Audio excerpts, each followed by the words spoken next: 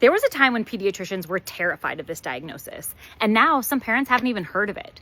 You have to watch this interview I just did. Vaccines were the most impactful invention that changed pediatrics in the 48 years that I've been in practice. Have you seen someone with epiglottitis before? Yes, epiglottitis is the scariest of diseases. How would you know it's epiglottitis, not just croup? You don't. I'm a pediatrician who's been practicing pediatrics for 48 years. For the first 27, I did both developmental behavioral pediatrics and primary care pediatrics and saw thousands of patients in primary care practice over those 27 years. Epiglottitis is the scariest of diseases because the kids present with a croup-like cough and they're toxic looking. And if you examine them by putting a tongue depressor into their mouth, their epiglottis can block completely and they can die right there. So much so that there was a protocol that they would have to, when we took kids to the emergency room or sent them to the emergency room because we thought they had epiglottitis, no one would examine them until we got them into the operating room where they could be intubated immediately if they cut off their airways. We'd see someone in our practice where there were 6 pediatricians every 2 or 3 months or less. Examine someone in your office who might have epiglottitis. They were almost sure to stop breathing. Do you remember when they made the vaccine? We were desperate to have the vaccine. Nobody refused to have the vaccine.